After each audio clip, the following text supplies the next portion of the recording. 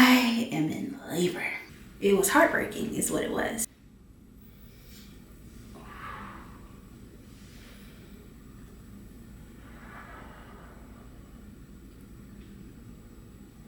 Okay, so she get ready to have the baby.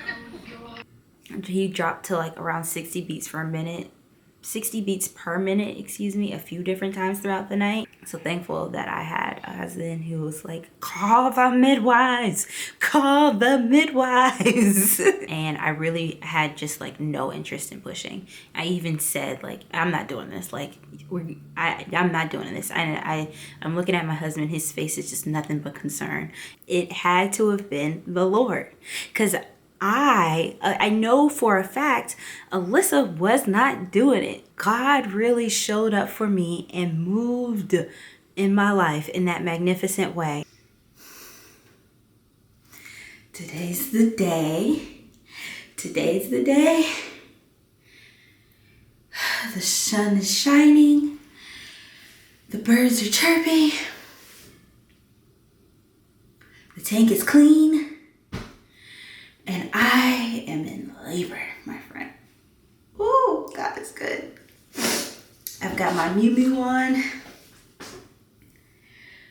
Because if it was good enough for grandma, it's good enough for me.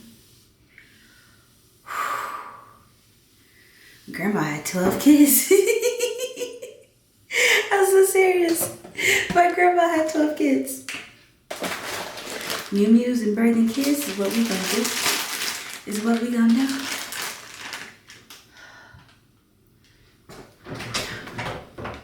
Start.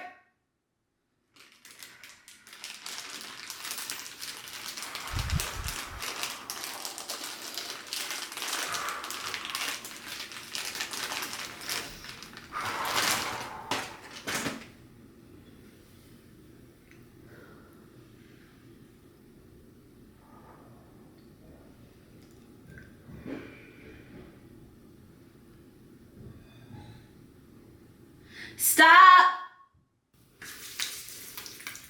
So timeline, I woke up around like 2 to do my usual nighttime pee.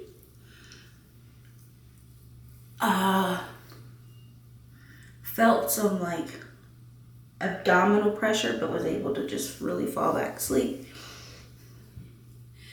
Then around 3, contractions really kicked in.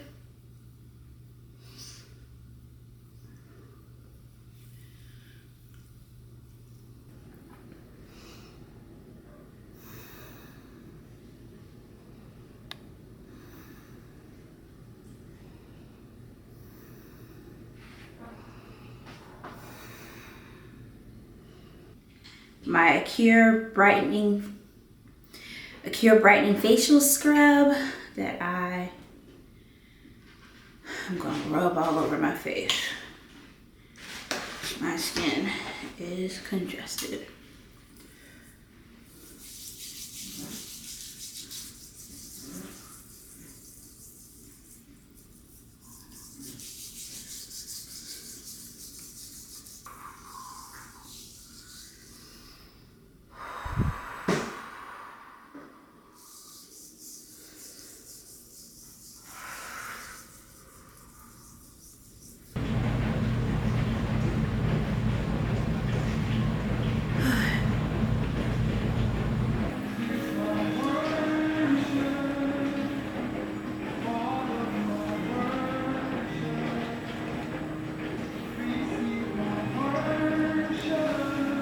About 7 o'clock. Josh got the playlist going, and he made me some oatmeal, even though I don't really want a lot of food. I'm gonna take a few bites to make sure I can get my energy up.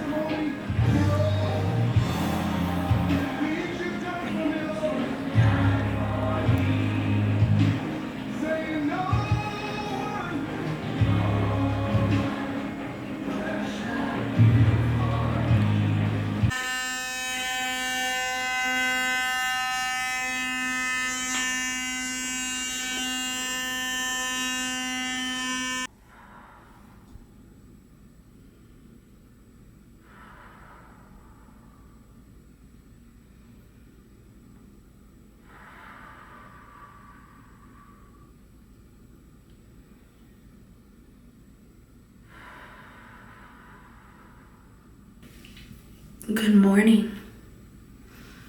Good morning, good morning, good morning. It's a little after 3 a.m.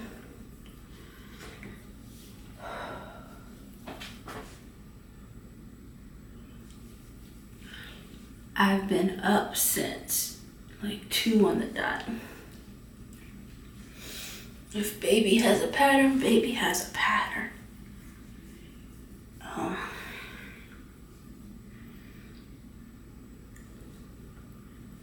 A contraction so big actually woke me up out my sleep. And I had like 2 of them. And I knew it was just time. It was just time to get up.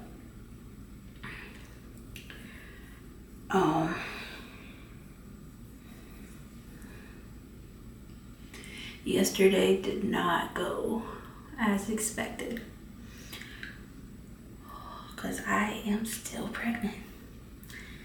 Still pregnant.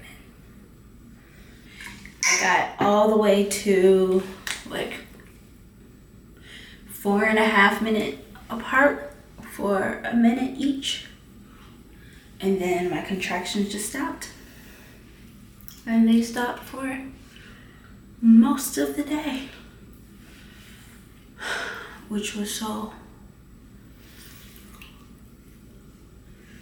it was heartbreaking is what it was. It was heartbreaking. It was painful. I felt, put some hyaluronic on. I felt just incredibly defeated. Like my body was failing me.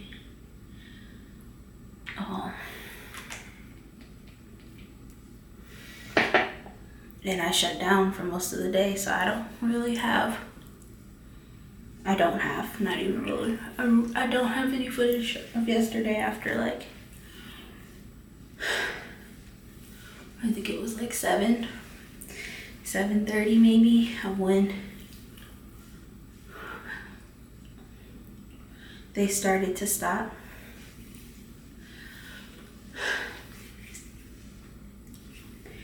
But that was yesterday.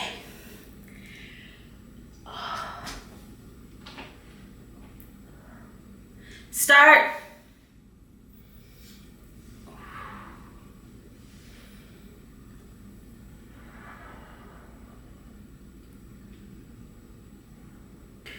This morning I woke up and I realized I was defining the success of yesterday on just based on like, did baby come or not? If baby came, it was a successful day. If baby did it, it was not. And one of the things that we're working on in therapy is not defining my days by productivity. So today the prayer is that I define and act out success today based on how well I abide in God. And how well I remind myself to just breathe through everything. Why is my skin so dry? Because I'm talking. So I just want to abide in Him. And I'm praying that over my day today. That I remember that no matter what happens, He's still God. He's still in control. And He knows the exact day and time baby should be born. And that I rest in Him regardless of how it feels.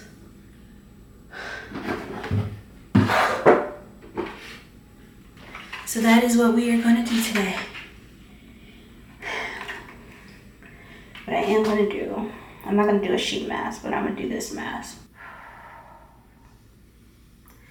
And today is going to be a great day. Today is going to be a great day.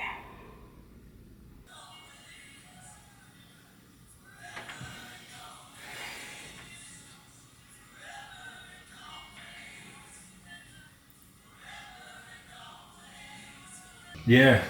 So we're here. We're at the birthing center.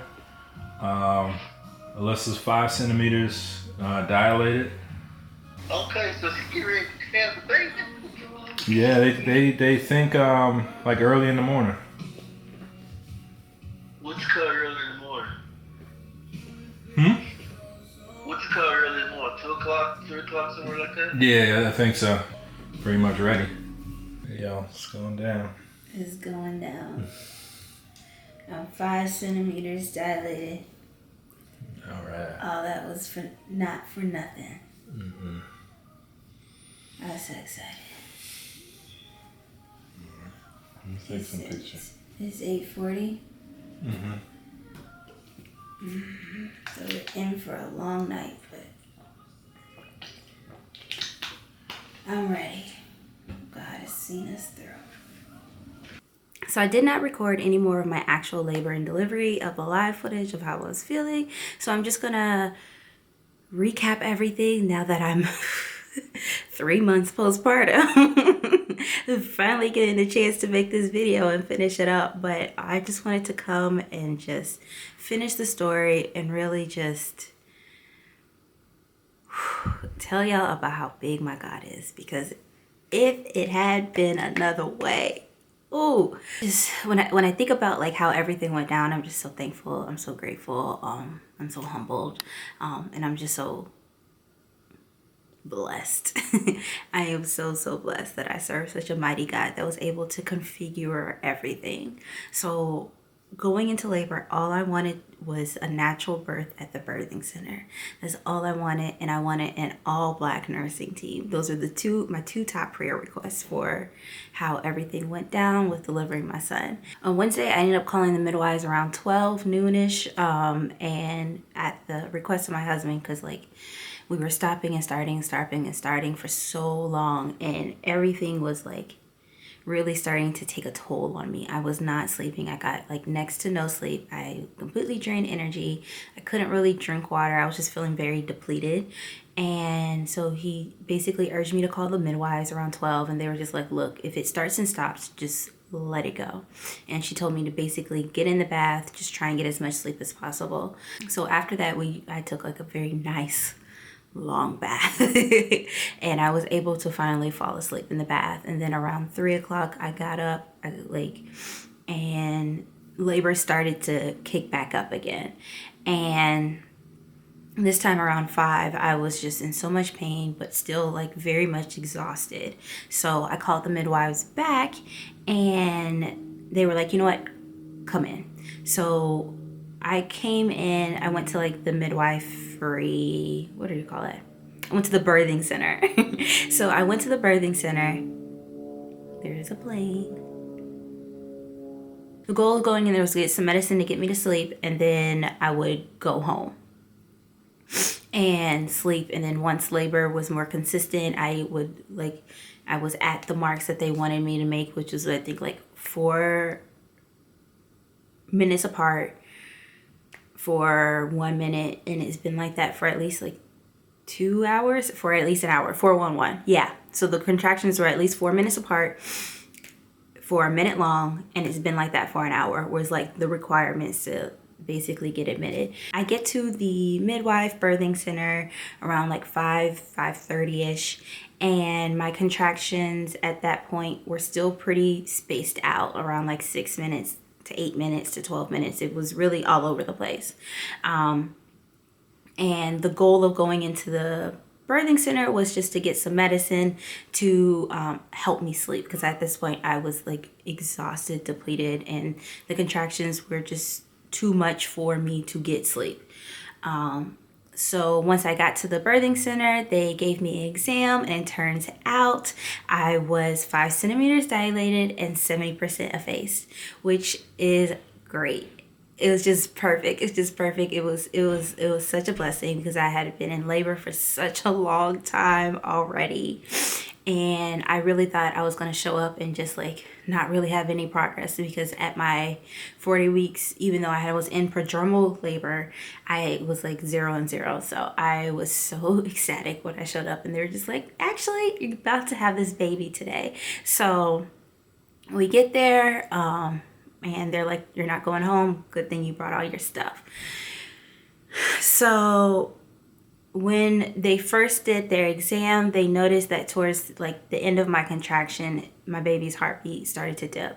And at first it was like, hey, this might be of concern, but we're gonna listen to a few more contractions, like monitor you for a bit, and then we'll make a decision. One of the things that I really loved about my midwives was that they never guaranteed a birth in the birthing center. They've always said if it even starts to get the slightest bit of spooky, you are being transferred to the hospital. And they were very clear that like, we're not just going to have a birth at the birthing center just because that's what you want. We are going to do what is safest for you and what's safest for your baby. Instead of getting the medicine immediately, they wanted to wait off to see what would happen with my child's heartbeat more consistently. So I jumped in the shower that they had. This is a real hot, steamy shower, which I love. I was in there for like 40 minutes just laboring. In the shower. And when I finally came out, at that point it was around 9 p.m. and I was trying to labor on the bed and they were listening to my heartbeat. At this point, my contractions were still like 6 to 8 minutes apart. Sometimes they would go to 12 minutes apart. It was just really irregular. At no point during my labor did I have a regular contraction cadence, which I don't know what to say about that, but that's just what happened to me. So around 9 o'clock, they're coming in, they're listening for a bit, and I puke everywhere. Like I throw everything up. Like I throw it all up. And I don't mean to be disgusting, but like that's just, I did not realize like how common it was for women to just kind of spill their guts during labor just because like the intenseness of the contractions. So I want to warn you that is an option. And my midwives were so good. I was so thankful I had them because I would have just like, I puked if I was at home or like in the hospital. I would have puked and then just kind of rolled over and like dealt with it. But like they preserved my dignity in it. Like she went and got my toothbrush and toothpaste and brought it over to me. And like she was just so kind in that moment. And I remember thinking, I was like, whoa, she's doing a lot. Like I'm thankful. I was so thankful. And then shortly after I puked everything up, they started to listen to baby's heartbeat again through like my next contraction, and at that point they declared that it was just too dangerous for me to give birth at the birthing center. They needed to monitor his contractions much more closely than the technology that they had at the birthing center. And that was a blow because like I said, all I wanted to do was give birth at this birthing center. I did not want to be at the hospital. I don't enjoy hospitals at all, and I knew from the very beginning that like a hospital birth was just not what I wanted. So I was really disappointed, but I was like, well, I don't have a choice, I have to go. So we transferred over there. Thankfully the hospital is like literally up the street, so it took us maybe 5 minutes to get there. There was a different midwife that was already at the hospital. So instead of the midwife team that was with me transferring, they just like transferred me. They like made sure I got from the birthing center to the hospital safely. But instead of that midwife that was with me staying, the one who was at the hospital just took over my care. And I had already met that midwife. Her name was Julie. She was so sweet. And it turns out that she was the director of midwives. So she was like this elevated position. So I got even further leadership, I guess care is the best way to say it. But I was in good hands with like whoever was delivering me, whether it was like the midwife team at the birthing center or Julie at the hospital. I knew I was in good care, but it was just an extra level of comfort to know that I was with the director of midwives, and that kind of turned out to be for my favor later on in the story. We get to the hospital around like 10 or so. They do their checking in. The hospital still has to like do their onboarding process, and the midwife team all throughout my 9 months pregnancy, they said like, look, I will be like, if you have to go to the hospital, I'll be with you. We're still in charge of your care, but there are certain things that you just have to be done at the hospital, unfortunately. And one of those is like their onboarding process. So you have to fill out all the forms, all the things. They're asking all these questions. And you're like, in the meantime, I'm just like still in labor. So I'm just like trying to answer, like, answer. Answer and like just trying to be calm. But at this point, I was severely dehydrated. They thought that it was just because I had been in labor for far too long. So they needed to give me IV fluids. I still hadn't gotten the medicine that would let me sleep. And at that point, I was just like, I need some pain medicine. I need some pain medicine.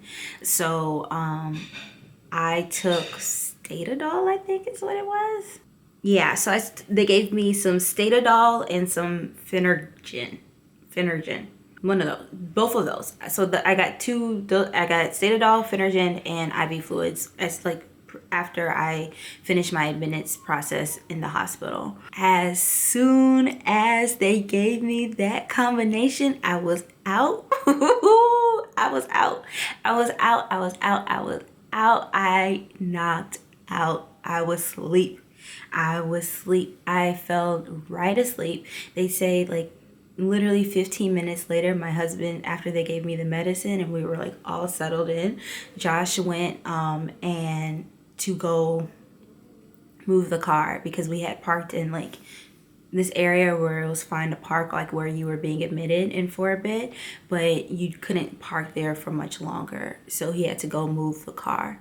And he tried to be like, okay, I'm about to go move the car. So he had to wake me up and I was just so disoriented. I was just like, what's going on? He's like, I'm about to go move the car. I was like, okay. But just like completely out of it. Just like, where are we? Like, what's going on? I was knocked out. And I fell right back asleep. So I was out. The sleeping medicine was only supposed to put me out for like 2 hours, but I was out for about 4 hours. Around 4 o'clock, I'm starting to like kind of wake up from my deep sleep. And I'm starting to notice the contractions more strongly once again. And I got into like this rhythm of like, I would have a contraction, wake up and be like, oh, what's going on? And then as soon as the contraction's over, I would fall back asleep. So every 6 minutes, I'm waking up, oh, what's going on? It's over, I'm falling back asleep. And so much that I'm just like, the contraction was just so painful. Like nothing that I have ever experienced before. Nothing that anybody could have prepared me for. Nothing that, honestly, I could have ever imagined. It was just a 30 out of 10. Do not, like, it was bad. It was bad. Like, I see why people want the epidurals. I'm happy I didn't have one, but I see why. So the contractions are happening every 6 minutes, and it was because I think of like how he was positioned, it made me feel like I had to pee like really intensely. So I'd like wake up, jolt up, be like, I have to pee, thinking I'm about to like burst. And my midwife is like, you're having a contraction. I'm just like, oh, okay. And then the contraction will go, and then I fall back asleep. And then I wake up again because I'm still really drowsy. I'm still like really feeling the effects of this medicine. And I wake up again and be like, oh, I have to pee. And then she's like, no, it's a contraction. Because my baby's heartbeat was beating so irregularly and so inconsistently. And it was getting pretty dangerous at times. He dropped to like around 60 beats per minute, a few different times throughout the night, is what I was told after everything came to. So instead of like leaving me, she just kind of sat there she just sat next to my bedside and stared at me, stared at the monitor and had contraction and watched me have contractions, which I was so thankful for. And then eventually I started to just like, okay, no, Alyssa, you're in labor. Like, this is what's happening. I like got my whereabouts about me. And then around like 4:35, I puked everything in me again. And it wasn't like I had much in me. You would have thought I had like a full meal, but I didn't. Around 5 o'clock, eventually, I was just in so much pain. I was in so much pain. But I was like, I feel like I have to poop. And she was like, oh, it's time. And I was just like, what do you mean it's time? We haven't gone through transition yet. Not transaction. I was like, we haven't gone through a transition yet. Like, what do you mean? She was like, no, you've been in transition for like the past 2 hours or so. It's just affecting you differently. And I was just like, whoa. She was like, and at this point, like still, his heart, like my contractions were still just coming every 6 minutes at the closest. And 6 minutes here, 8 minutes there, 12 minutes there, whatever.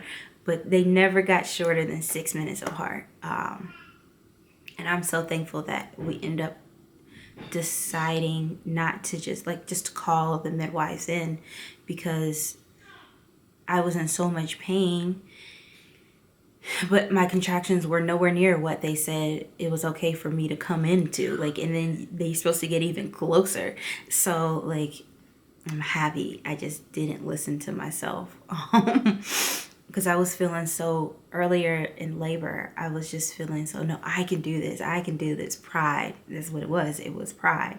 I can do this. I don't have to accept any help. They said 4 minutes apart. I'm going to wait till 4 minutes apart. And it was just stupid. It was so stupid. So thankful that I had a husband who was like, call the midwives, call the midwives. So around 5 o'clock, I was ready to start pushing. I was, whatever the final stage of labor is, I can't remember right now, but I was like pushing. And I pushed for 20 minutes, which is great. 20 minutes. That's all I did. My first AV, I pushed for 20 minutes. And what I remember about pushing was that it was really intense. So I was already, I got some sleep, but I was still just exhausted and completely out of it. And the contractions were so painful. I gave up several times. And then it got to like around the 15-minute mark, my baby's contractions, or not baby's contractions, my baby's heartbeat was once again incredibly dangerously low. So the midwife looked at me, and this is the moment that I was just like, God, I'm in God's hands. Like, it, looking back, it was just nothing but God not giving me what I thought I wanted. What I thought I wanted was a birth at the birthing center with the Black midwives. And what I got, what I needed, in his sovereignty, in his grace, in his provision, in his kindness for my life. I got what I needed, because what I learned afterwards was that around the 15-minute mark, everyone saw how exhausted, how depleted I was. And I really had just like no interest in pushing. I even said, like, I'm not doing this. Like, I'm not doing this. I'm looking at my husband. His face is just nothing but concern. Everybody else's face is just like, what's going on? Like, she's so close. Like, and so they had started to prep to open me up, because I had essentially given up. And my baby was in a really dangerous position. They didn't have time. It was like they didn't have much more time to give me to like figure it out. In order to save both me and the baby, I had to do it right then and there. So everybody, they've called in peds, they've called in an OBGYN, and all the nurses and everybody is prepping to open me up like right there,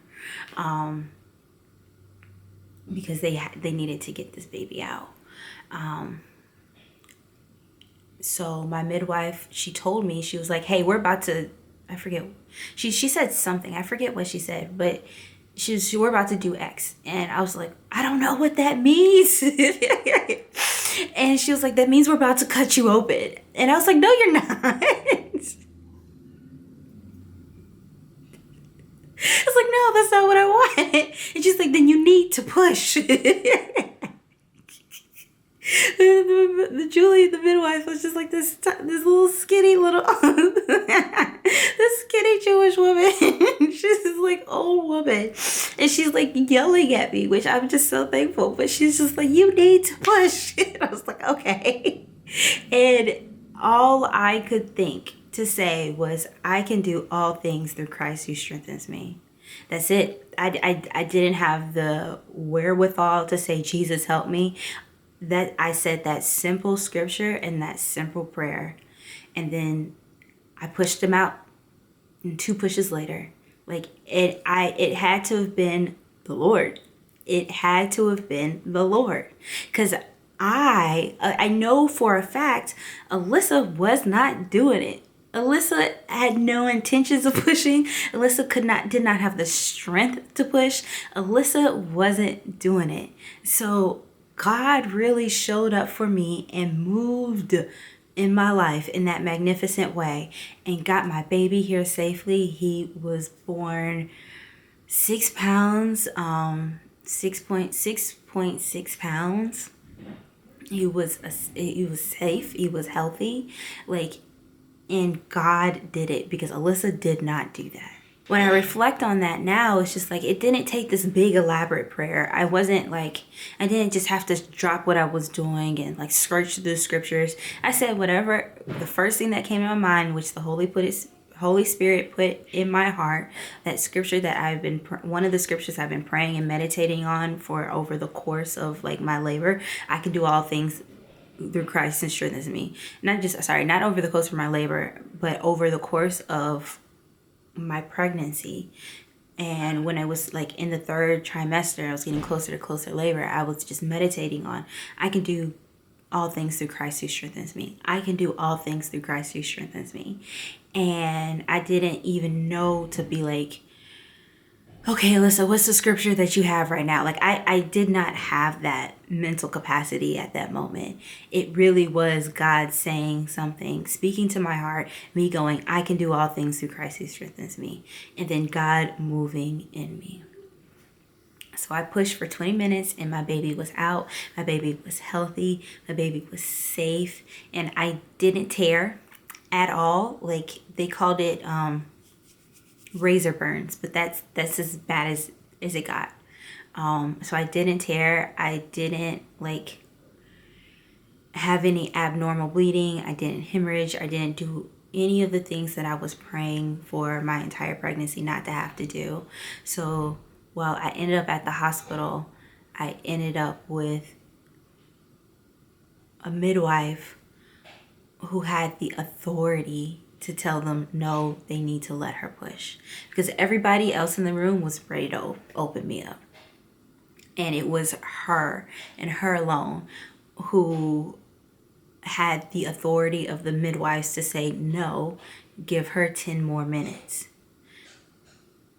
And so God placed the people that I needed in my life in order to do something that I was prayerfully I just wanted to have a vaginal birth. I wanted to be able to do those things. And I wanted my body to be able to do that. I didn't want to have a C-section. I didn't. I wanted my body to do what God created my body to do. And I'm so thankful that He provided for me in that way. I'm so thankful that He showed up for me in that way. He's just so good. And I think about this often of when I'm holding my baby, I'm looking at my own personal stone of remembrance of God moving magnificently in my life. Because He would not be here if it wasn't for the Lord. I would not be here if it wasn't for the Lord. My family would not be safe, healthy, sound if it wasn't for the Lord. He's He's that good, y'all. He's that good and that powerful. That good and that powerful to be able to do all that with someone who had given up. I gave up. And he did it in me anyway. So I'm just blessed. I'm blessed. I'm blessed. I'm blessed. I'm thankful. I'm thankful. If you're watching this and you're getting ready to welcome your beautiful blessing, your beautiful bundle of joy, and you're nervous, don't be. He is still in control. He was in control when I showed up to my 40-week appointment, just so sure I wasn't going to be going past 40 weeks. When I showed up and I was 0% effaced, 0% dilated, and they started telling me, like, look, here are the things you have to do. You may be induced, like what was going on. He was in control then. He was in control when I got to the birthing center, despite not showing any signs that I should be there, despite my pride being like, hey, don't go in, despite all the things, and got what I seemingly wanted. The birth center birth, the all-black midwife team, got what I wanted, got what I prayed for, and it turned out that wasn't what was good for me. He was in control when we transferred to the hospital. He was in control all throughout my labor at the hospital. He was in control every minute of the day, every day of the year, every year of the world. He is in control. So, like, trust and rest. Experience that peace of God that surpasses all understanding, and let it guard your heart and mind in Christ Jesus. Like, really let it guard you, because he's in control, so you have peace. He's in control, so you have peace. Let that be what you go into labor with. Like, you can labor however God decides is good for you to labor, and even if it's different than what you planned for, what you prayed for, what happens is what was good for you. And how it happened for me that way was what was good for me, because he was able to show me how magnificent and strong he was in a way that I haven't experienced before. I haven't gotten to know that trait of God in such an intimate and powerful way. And now I have my little stone of remembrance that he is powerful and he's in control. So when I look at my child, I remember God's faithfulness to me. Like, how beautiful is that? So walk into that labor and delivery room with power, with the power of Christ. You've got this, mama. And when you don't have it, God is still in control. So be encouraged, be strengthened. You've got this. It's going to be okay. It's going to be great. And you're going to be able to hold your little baby. Hold your baby. Hold your stone of remembrance on the other side.